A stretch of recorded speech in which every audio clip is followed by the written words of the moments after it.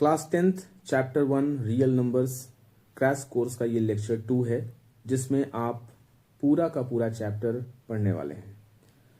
Video थोड़ा लंबा होने वाला है, इसलिए वीडियो को ध्यान से देखिए, समझिए और बनाने का कोशिश करें, क्योंकि आप जब बनाएंगे तभी आप क्वेश्चन समझ पाएंगे। तो इंट्रोडक्शन लेक्चर 1 में क्लियर कराया जा चुका है, ठीक है। वीडियो आपके डिस्क्रिप्शन बॉक्स में दिया हुआ है, उसके लिंक पर क्लिक करिए और सारा इंट्रोडक्शन वीडियो देख लीजिए।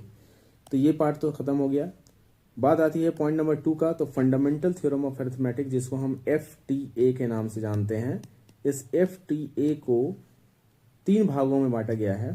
पहला इंट्रोडक्शन, जिसमें आप इसके डेफिनेशन के बारे में भी पढ़ेंगे, ओके, इसको समझने की कोशिश करेंगे।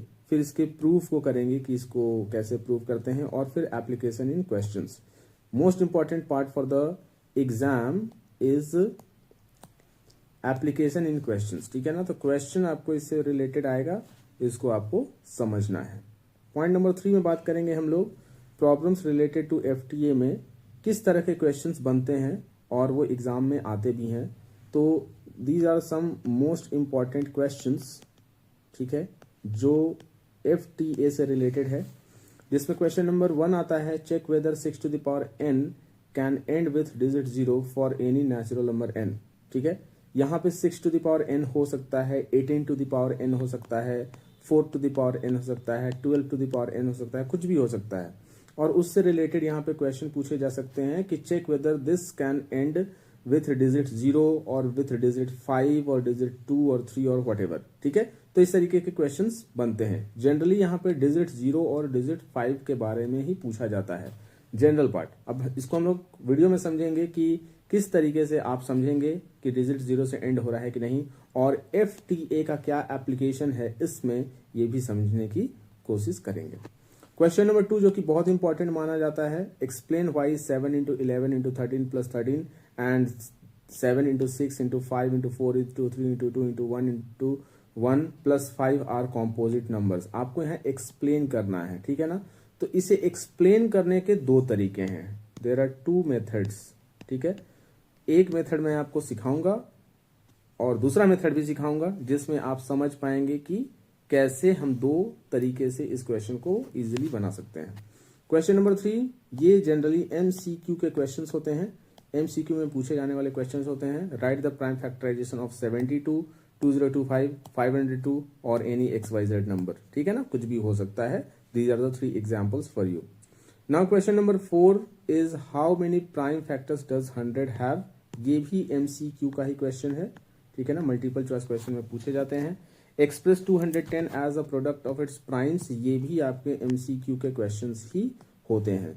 और असर्शन रीजनिंग के क्वेश्चंस 1 से 2 मार्क्स के जो क्वेश्चन होते हैं, मतलब 2 क्वेश्चंस होता है, 2 क्वेश्चन 1 मार्क का होता है, क्वेश्चन नंबर 18 और 19, ठीक है ना। इसमें से एक क्वेश्चन जरूर आता है, अक्सर आता ही है।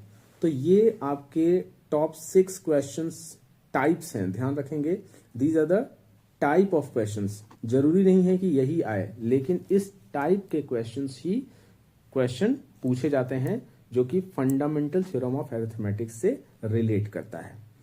The next part is HCF and LCM। This is the 4th topic. इसमें आपको 2 तरीके के क्वेश्चंस मिलते हैं।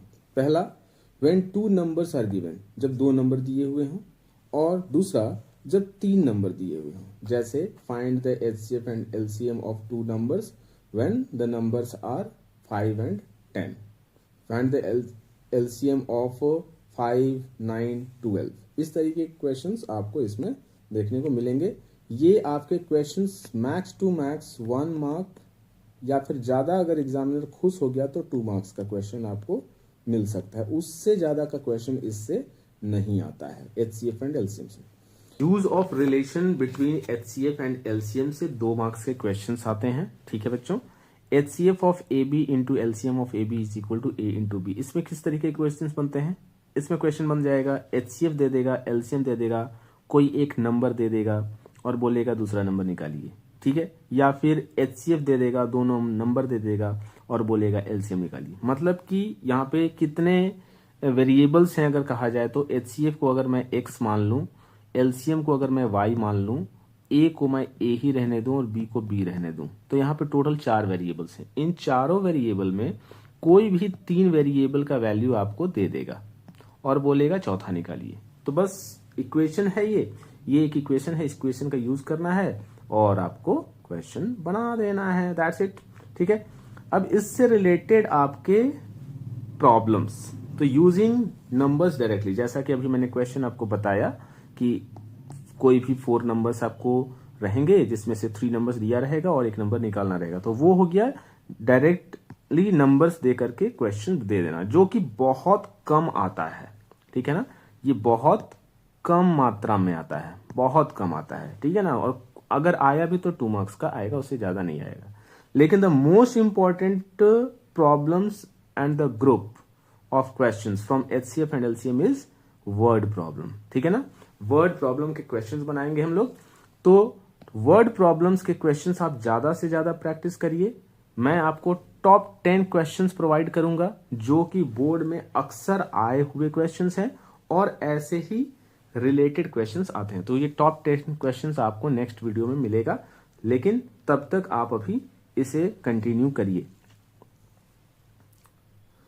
पॉइंट नंबर 7 है revisiting irrational numbers. Revisiting irrational numbers में डायरेक्ट क्वेश्चन 2 मार्क्स या 3 मार्क्स या 5 मार्क्स के क्वेश्चंस पूछे जा सकते हैं।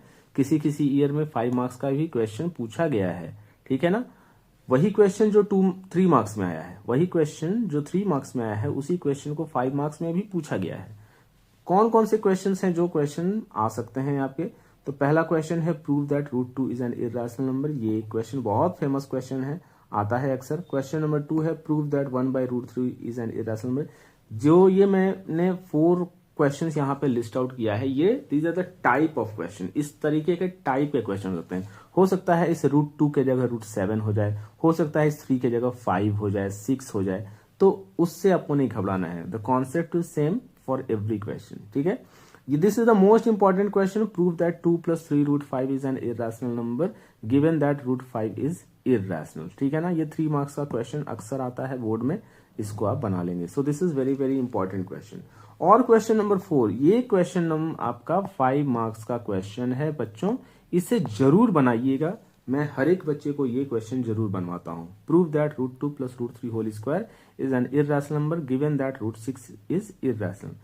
क्वेश्चन नंबर 4 के लिए एक छोटा सा हिंट मैं देना चाहूंगा आप लोगों को, ताकि आप ये समझ पाए कि √2 √3 में √6 कहां से आ गया। तो देखिए √2 + √3 होल स्क्वायर है ना, इसे आप ब्रेक करिए तो it is √2 square + √3 square + 2 × √2 × √3 in the form of a + b whole square. √2 square is 2 + 3 + 2 √6। So ये बन गया 5 + 2 √6। ठीक है ना, यही इसमें ट्विस्ट है इस क्वेश्चन में। देखिए ये क्वेश्चन देखिए और ये क्वेश्चन देखिए, दोनों एक ही टाइप का क्वेश्चन है ना।